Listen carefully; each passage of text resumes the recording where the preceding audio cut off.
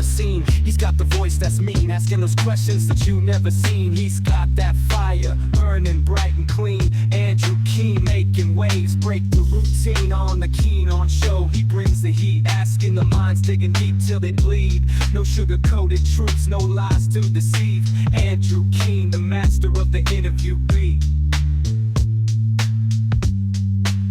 He's got the knowledge, he's got the flair, challenging ideas with a fearless stare. With every question, he's uncovering what's there. Andrew Keen, a truth seeker, he's aware.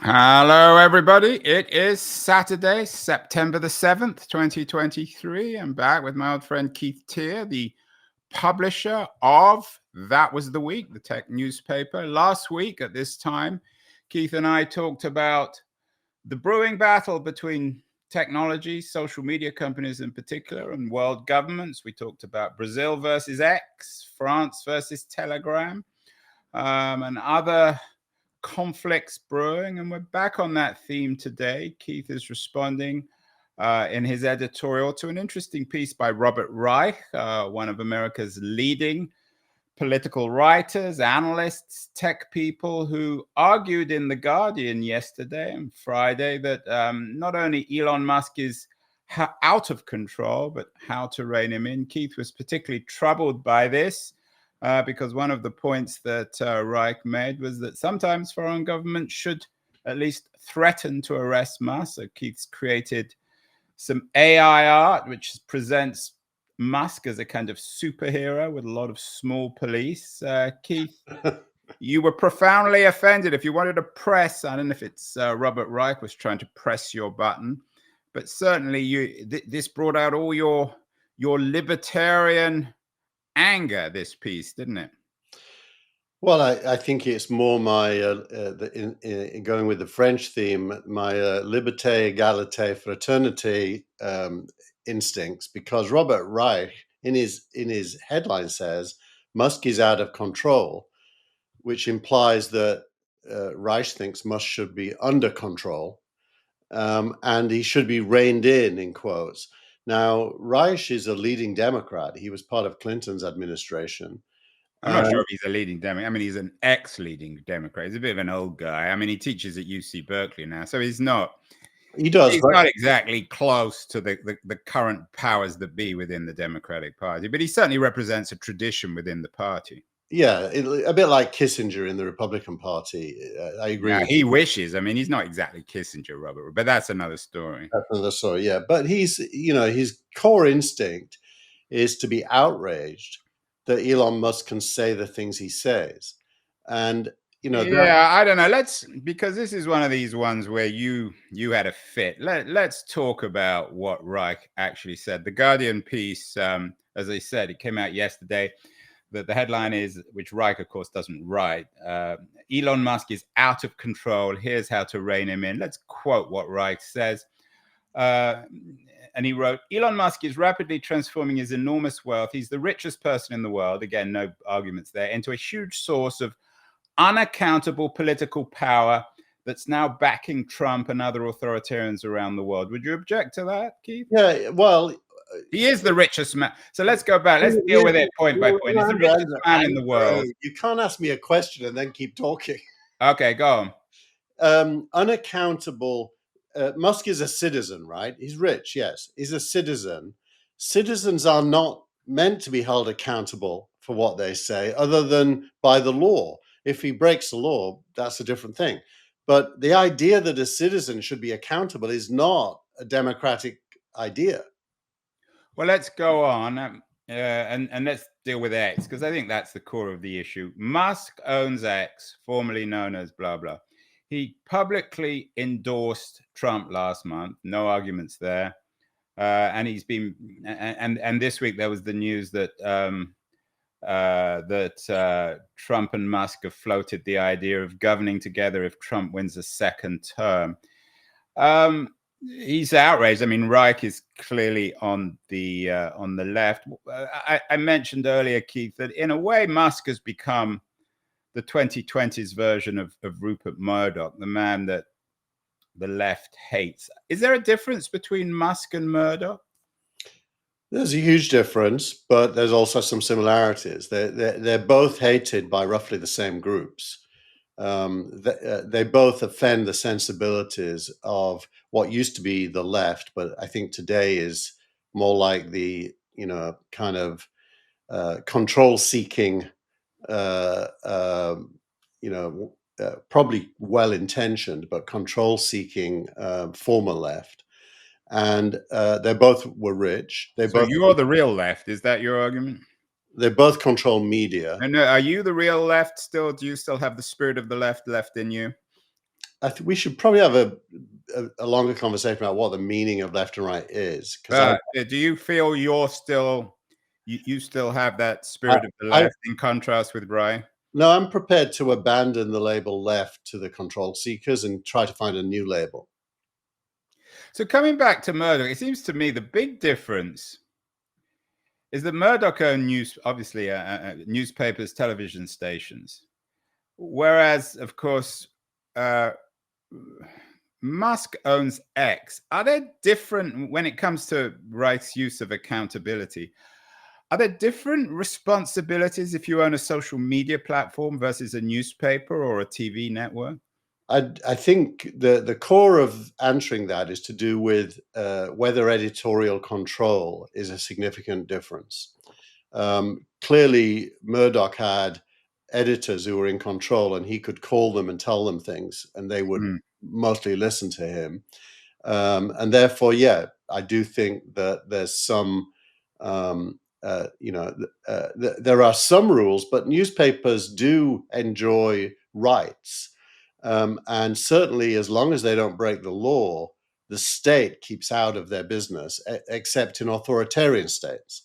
Yeah, and of course, The Guardian, which Reich wrote his piece, doesn't hide its own politics. It's clearly a paper on the left, although it's a non-profit owned by a trust. Do you think that, I mean, when Musk acquired X, well, at the time it was known as Twitter, when he acquired it, his politics were, I don't know whether they were still forming or hidden. Do you think he could have pulled it off if he'd been so explicitly pro-Trump, pro-Republican? Look, I've known Musk not as a friend, but he's been in my circles since about 1995-6, actually, when we were both invested in by Draper Fisher Jurvetson, and we're both CEOs in that orbit. He's quirky. I mean, I don't think he is political, actually. Yeah, but you didn't answer my question. Well, I he think is political. I no, don't think you can argue with Reich's point that he's clearly positioning himself, for better or worse, with Trump. I mean, there's nothing illegal about that. But do you know what I mean? He talked about working with Trump on an innovation initiative. Andrew, when I say he isn't political, do you know what I mean by that? I don't mean he doesn't make political statements. I mean his motivation. He's not a coherent political person. He doesn't have a worldview that evolves in a linear fashion through experience like normal political people. He's kind of a one-off statement guy. And by the way, influential. One of your pieces is entitled "Elon Musk is an influential idiot." Would you agree with that? Certainly, that does describe many of the things he does. Other things, he's, when he talks about SpaceX or Tesla, he's not an idiot. So it's nuanced, isn't it? I mean, in that sense, is he that different from, say, Trump, who doesn't really ever particularly changes his mind all the time? I mean, it seems like very similar to Trump. I know. Whatever. I mean, I use the word political. I mean, maybe this is again a semantic issue. He's interested in politics. He certainly committed his name and his resources to the Trump and the Republican Party at the moment. Could he have got away with that if he'd been so explicitly pro-Trump when he was trying to buy X? Do you think he could have done it? Well, look, I think he could have, because it's all about money. I mean, if you can pay $44 billion, you can do it. No, even if you're the devil. So and by the way, I think characterizing Musk is a kind of a fool's errand. It almost doesn't matter, does it? Because the real discussion isn't what is Elon Musk. The real discussion is, should Elon Musk be arrested by foreign governments because of things he says? And I think we both would agree the answer to that is no. Well, it depends what he says. And I mean, if your Does it? hold on, if your presentation of Musk is that he's not a real, he just says whatever he thinks at the moment, and he's not a real person, then he can do it. Aren't you giving him carte blanche to say anything, because you shouldn't take him particularly seriously? He clearly is, you know, on the spectrum, let's say. Yeah. And so, you know, you wouldn't expect Musk to become your financial advisor, your banker, your therapist, because he's a nonlinear thinker, any more than you would let Donald Trump do those things. But you don't criminalize him for what he says. Like let's go to something I really strongly disagree with Musk about: his current obsession with immigration and his agreement with Trump that there's a correlation between immigration and crime, which is both are wrong. I disagree with him, but I'm not going to call for him to be arrested. Okay, so let's be fair to Reich, because I think you take what he says a little bit out of context. He's writing this piece that Musk is out of control. Here's how to rein him in. Here's how we, the public at least, that can control him. He has 5 things that he lists. Let's go through these, because we can talk about one of them, which is about arresting him, but let's deal with the first 2. Boycott Tesla and advertisers should boycott X. What do you think of those 2? This is for ordinary people who simply hate Musk and his politics. Well, I think the very concept of punishing Musk for his ideas is, you know, a non-starter for me. But yes, it's quite possible, already happening, I'm sure. So that's legitimate. If you're troubled by the fact that advertisers boycotting X, there is a legal case right now that was just approved by a judge against some very large advertisers for conspiring to destroy the advertising base of X. So that could possibly be crossing over. Yeah, I mean, Reich's piece is to ordinary people reading in The Guardian who are going to agree with his politics and say, what can we do? The second one isn't to ordinary people. Okay, so it's advertisers boycott. There's been a lot of talk about that, whether it's effective or not. Boycotting Tesla seems, I don't know whether it will make a massive difference to Musk. So let's deal with 4 and 5, and then we'll get to the the one that really outraged you. He has a piece about the FTC. In the US, the FTC should demand that Musk take down lies that are likely to endanger individuals, and if he does not, sue him under the Section 5 of the FTC Act. So that's specifically, I think, an X point. What do you think on that? Well, let's just read out the sentence. Musk must take down lies that are likely to endanger individuals. What the heck is that? Define that for me. What he's trying to, I guess he's trying to set, well, you would use the word censor. Some people might say control what can and can't be said on X. So, well, and read what he says underneath. Musk's free speech rights under the First Amendment do not take precedence over public interest. Well, actually, they do. Public interest includes the right to hear points of view that you disagree with. And so he's wrong on the face of it. That's just completely incorrect.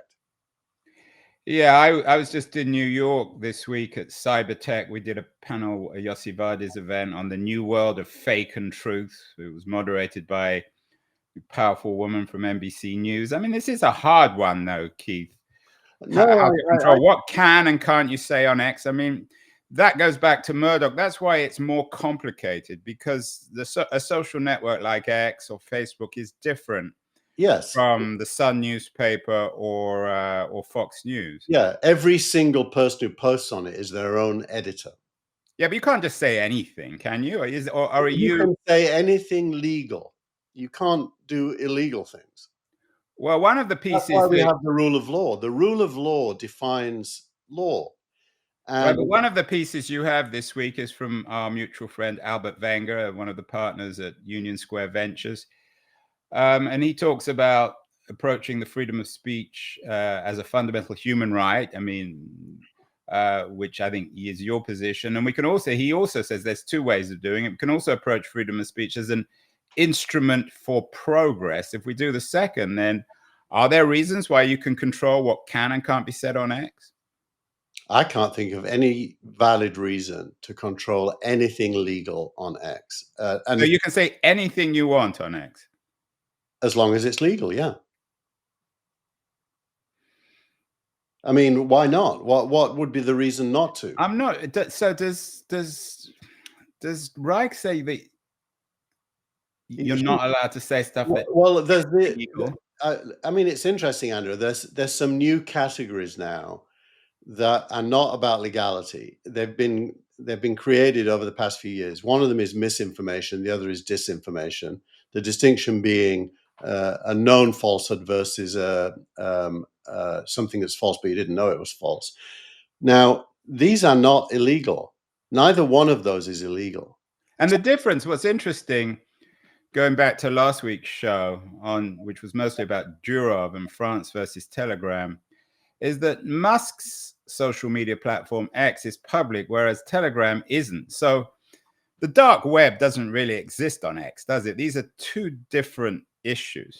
Well, there are direct messages. I don't think they have groups yet, but there are direct messages which are private. But yeah, for the most part, you're right. So you're beginning to win me over, Keith. So, and the fifth one, and we're going to come back to the arrest thing in a second, is the US government and we taxpayers, and this is what Reich wrote, have additional power over Musk if we're willing to use it. The US should terminate its contract with him, starting with Musk's SpaceX. What do you think of that? Well, it's funny because if the US did do that, the US would be behind India in the space race. I mean, SpaceX is almost the only viable platform for traveling to the moon, to Mars. It seems to be pivotal to... So United Airlines doesn't go to Mars yet? Exactly. And even supplying the space station, as we saw yesterday, bringing down those two stranded astronauts with the Boeing spaceship having to come back unmanned for fear that something bad would happen. So, you know, I mean, Reich is just on a witch hunt. So leaving that aside, I know he's upset you, but the difference then with Murdoch, it seems to me, and this is historically interesting, is that Murdoch, for all his power and wealth and political interests, he never was able to compete with governments. Whereas, as you say, Musk can. I mean, companies like SpaceX are in their own way more powerful than NASA.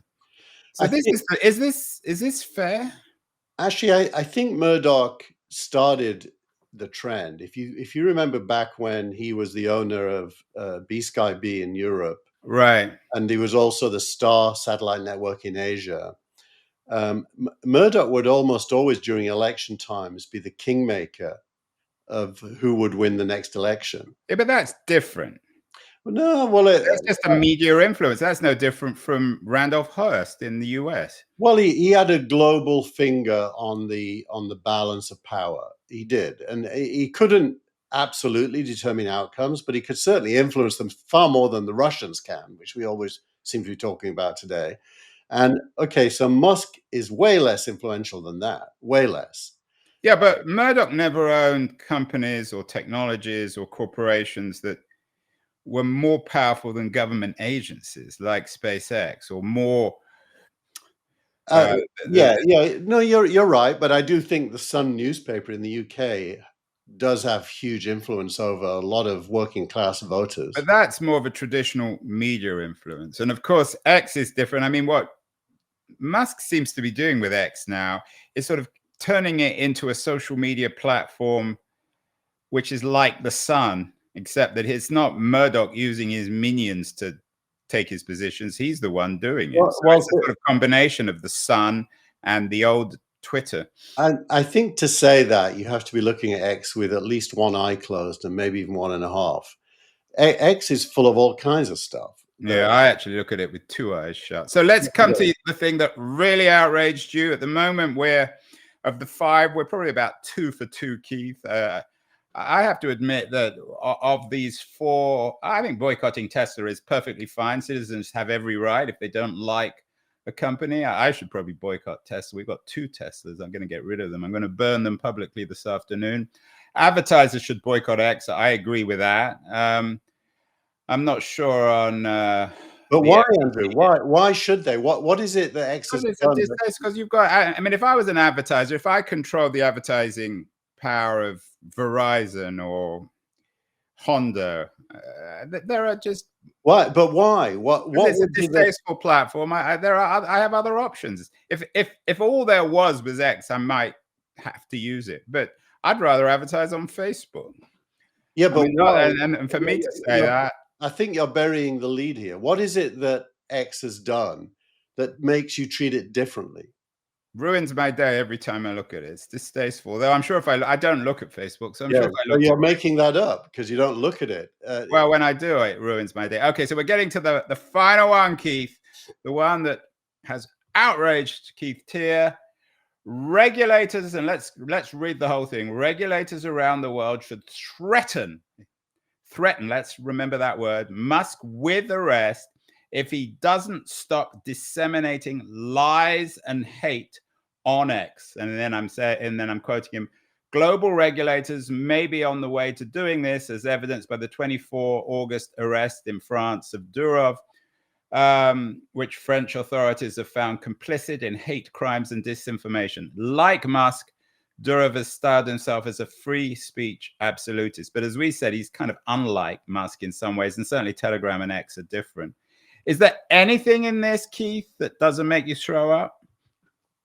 It's not about throwing up. It's about measuring the extent to which Reich and his co-thinkers are prepared to go to try to control thinking and speech. Well, it's him. He's not claiming it. There's nobody else. Well, The Guardian published it, so obviously. Well, they have a right to publish stuff even if they don't agree with it. That's the old media. No, I'm completely not arguing that they shouldn't have published it. I'm arguing that he represents a very strong strain of thinking. Musk's sole enemy isn't Robert Reich, as we all know. There's millions of enemies of Musk, and they all would like to shut him up.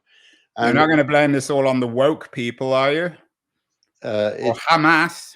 I don't think any of those labels are big enough to describe this. It's basically an abandonment of civilized discourse. When you use words like lies and hate, which are non-deterministic labels that are completely subjective in your own head, and you want, quote, lies and hate to be criminalized, that is this path towards the Brave New World or the Big Brother 1984 society, and it's coming from people who call themselves left. That is real, and it's foundational to civilization that they should not be allowed to get away with that.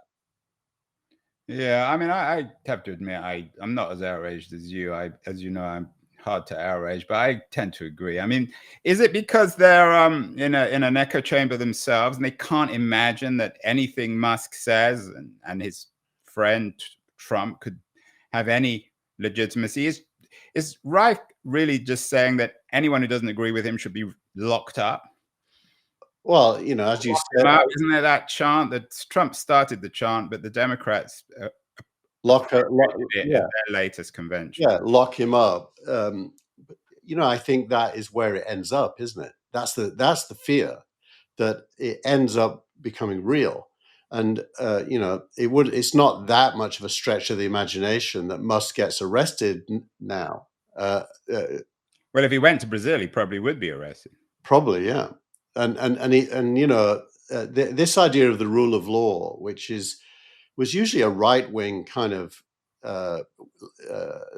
words, the rule of law is really the evidence that society has evolved to the place where there are rules that everyone abides by.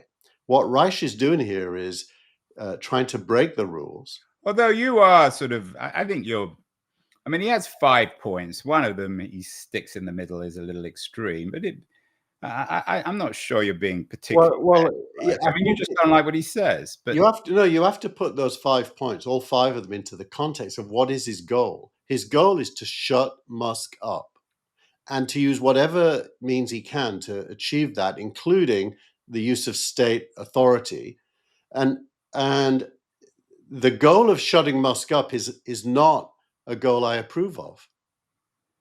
yeah, I think you're probably right on that. I think Reich is wanting to shut Elon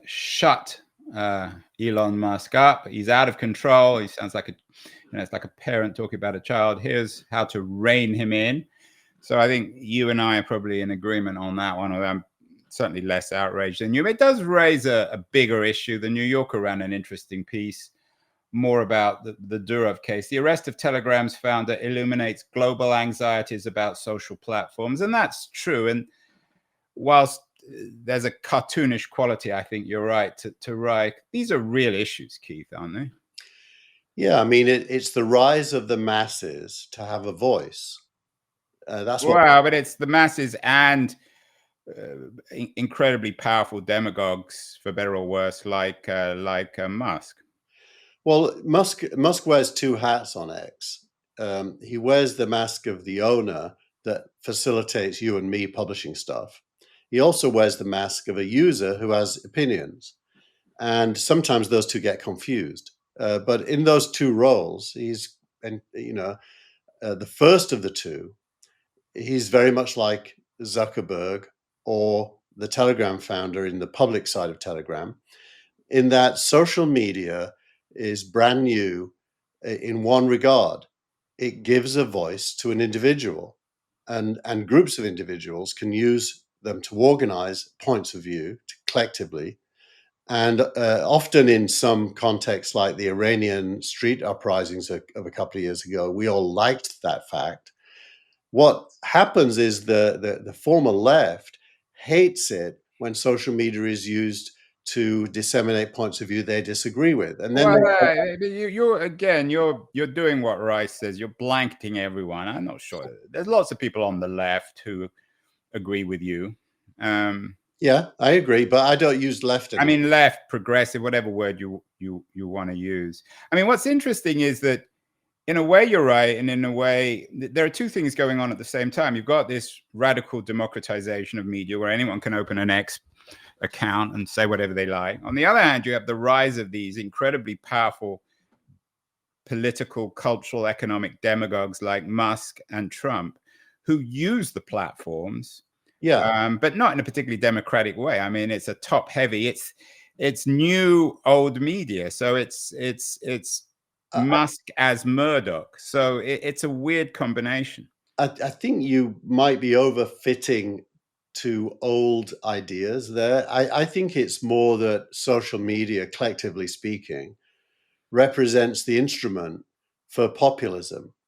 And populism is when, people have a point of view that's heard. And that is normally when, as the New Yorker says, creates anxiety in global governments. Sometimes we like that. Depends which government's feeling anxious, right? We like the fact that in Russia, these platforms are allowing China or Iran. Yeah, you're right on that. So what's wrong when the people have a voice in America? I mean, that shouldn't be something wrong. Yeah, I think what's happened is that people like your friend Robert Reich have become the conservatives. For better or worse. I mean, even at the Democratic Convention, there was a lot of USA. The conservatives in today's political discourse, small c, are the Democrats. The Republicans, for better or worse, are the radicals. We may not like them, but they are radical, certainly more radical than the Democrats are trying to uphold a system, whereas the Republicans are trying to create a new one. And it's kind of super important. I put into the editorial, just for the record, that I'm going to vote for Kamala Harris. Why did I do that? Because did you pronounce it right, Keith? Kamala. Why did you have to put that in, though? I always find that annoying when Yeah, someone's yeah. about to Well, say something outrageous. Says, "Oh, and by the way, my politics are this or that." Who? it was annoying to me that I put it in, but the Well, reason why'd you put it in I'll then? tell you why I put it in, because articulating the ideas I did in the editorial uh, uh, will lead to me being labeled right wing, which I'm not, by those who want to rein in Musk, and Trump for that matter. I don't want to rein him in either, and so in order to not be labeled right wing, I wanted to spell out my views. Now, what you just said is super interesting about conservatism with a small c. I mean, in some ways, I'm being illogical. I really shouldn't vote for Kamala Harris. But why am I? Because I don't agree with anything, pretty much anything that the Republicans stand for, and I want them to lose. But that's kind of obvious. Let me revise the question. If, Keith, one of the things that Harris promised to do if she was elected would be to arrest Musk, would you still vote for her? No. Oh, so Harris, if you're watching, if you want to lose Keith's vote, then you can be interesting to see if she does get elected. I mean, you had an interesting piece also in the editorial this week about Democratic investors convincing her to get rid of your friend Lena Khan, another of your close friends. Maybe you should. What would happen if Lena Khan and Robert Reich went on a date, Keith? Oh dear, he'd be accused of child stealing. Well, if they were and a missile hit them, we'd know where to look. So, do you expect Harris to be more or less friendly to the Musks of the world, given the fact that she's getting a lot of Silicon Valley money from people like Reid Hoffman, who clearly have their own agenda too? I think less friendly. I think it's inevitable that the trends are that we're moving to a place where owners of large successful businesses are demonized as the problem. Now you sound like Trump. I hope not. Well, we will see. Interesting. This issue is not going away. Let's get Keith to startup of the week. Very different sort of story from the Musk Reich issue. It's Covariant, which Amazon just acquired. Covariant is a robotics company. Why are they the startup of the week this week? The main reason I put it in is because it actually isn't an acquisition. It's another one of those hires, acquisitions disguised as hiring the team. So it's further evidence that in order to avoid antitrust, the large companies are using new ways of acquiring the companies they want to acquire that are not subject to an M&A process. But that's a company that raised almost $1 billion. So it's a very expensive. So are you saying they should, or are you horrified with that, or you think it's a good strategy? Well, tactically, it's exactly what I would do in the same. It's kind of obvious. Why do? Yeah. So, but it's showing that Lena Khan's shadow is hovering over Silicon Valley.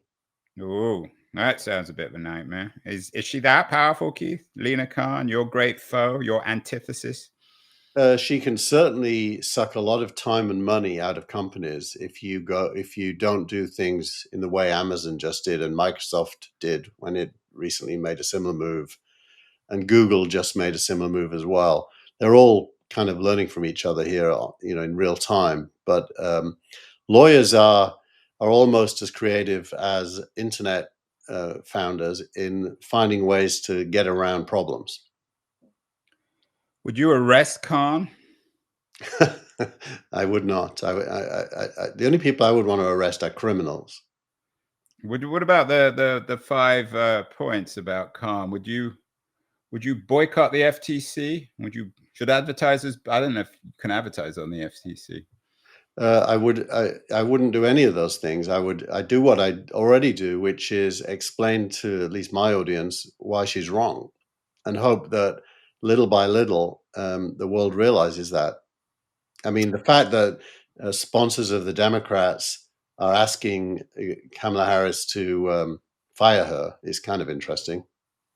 So I think, in all seriousness, we should, because Reich's point about boycotting Tesla and boycotting X, I think we should start thinking seriously, Keith, about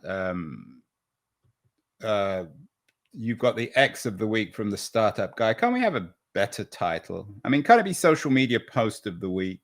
Well, I don't want to be. I mean, you may like Musk. I don't like him. Can't we promote another social media? Can't we just promote social media? You know, the only place where interesting things are said is on X, precisely because it's so. Well, you probably because you don't follow any of the others. You fit into. No, I do. I'm on Telegram. I'm on WhatsApp. I'm on Instagram. I'm on everything. And What about TikTok? TikTok's way more powerful politically, isn't it? TikTok is video, so you can't really put it as a post. Well, can't we have a post of the week rather than an X of the week? If I guarantee, yes, the answer is yes, but I'll tell you what will happen. The actual content will come from X because there is no other. Well, it will, because you're the one who puts it together. So no, I read all of them. I don't see anything interesting on the others. Nothing? Really nothing, because they're not used in that way. Facebook is mainly personal stuff. Threads is like antiseptic, denuded content with only one point of view. What does denuded mean? Well, it's no nudity. It's been anesthetized. You know, what's the right word? Sanitized. Sanitized. It's been sanitized. So you've got, a lot of people I know and who are friends talking to each other about things they agree with. Yeah. Well, I think we should. Can't we have can't we have a post of the week? I mean, you can use X, but I think we're promoting. If we took our but we took our support away from X, do you think the whole platform would collapse? Well, this is going to be hard for you to hear, Andrew, but it is my newsletter, and I like X. So now we hear the truth. Now the Rupert Murdoch, Elon Musk is coming out of Teare. Well, let's get to your X of the week, which is an interesting one, actually, a particularly interesting one. From somebody called the Startup Guy. I never heard of him. He doesn't have, or he or she doesn't have, I guess it's a he, the Startup Guy, doesn't have a big following, but it's certainly an interesting X post. Venture-backed startups take a decade or more to build. So tell us about this. Yeah, so this comes from Carter, and Peter Walker and Michael Ho from Carter have been doing fantastic work producing charts like this, mainly on LinkedIn. Is where you'll find LinkedIn's another thing we could use. That's social media, isn't it? Yeah, I could have taken this from LinkedIn. It was also on LinkedIn. But if you look at the left-hand column, it's the number of years it takes to achieve a funding event. Well, not everyone's watching. For people just listening, we have a very nice image, actually, of seed, Series A, Series B, Series C, Series D, and then the other side is how long it takes to build. Yeah, so only 2% of startups get to a Series D in their first 2 years. I'm one of those, by the way. Real Names did an A, B, C, and D in about 15 months.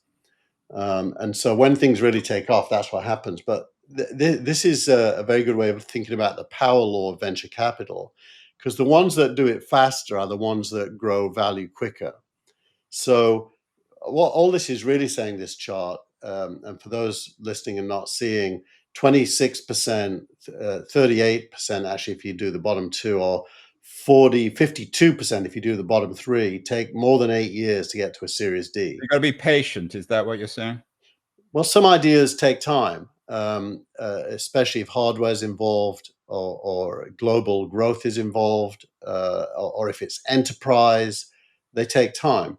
Other ones, especially consumer and mobile, can happen super quick. And the chart kind of shows that. And it's saying to a founder, don't do a startup unless you're prepared to spend the next 10 years on it. Although, given your startup of the week, Covariant and the Amazon acquisition, it might be better if the company's taken off the table for everybody. Well, it's often, the only way to get cash out of a startup is to sell it or IPO it. It's very rare for there to be any other method, like dividends from revenues is not a thing in startups. So how many startups get bought or IPO is well under 10%.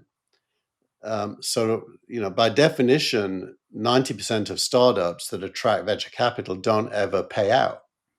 That's the name of the game. That's why indexing is so important. And there's a couple of articles this week about indexing, one by Rob Hodgkinson from SignalRank. What's SignalRank, Keith? SignalRank is the next big I haven't heard of that one. Next big thing, Andrew. Next big thing. So anyone who wants to invest, go into SignalRank. Keith, what's the chances next week of, we had Durov arrested last week, Robert Reich calling for Musk's arrest this week. What's the chances next week that Musk will be arrested? I think he has a bit of a martyr complex. I wouldn't be surprised if he chose to travel to Brazil to be arrested. It would actually give him a bit of a thrill. He could X from jail in Brazil. Yeah, I think Musk has that third voice in his head where he's actually playing a character called Elon Musk, and he does things for the audience. And that means anything's possible because it depends where his brain takes his character. Well, Elon, if you're watching today, please go to Brazil. Give something. It will outrage Keith. Give us something to talk about next week. Keith, have a great week. And we will be back with That Was the Week next week. Thanks so much, Keith. Thank you, Andrew.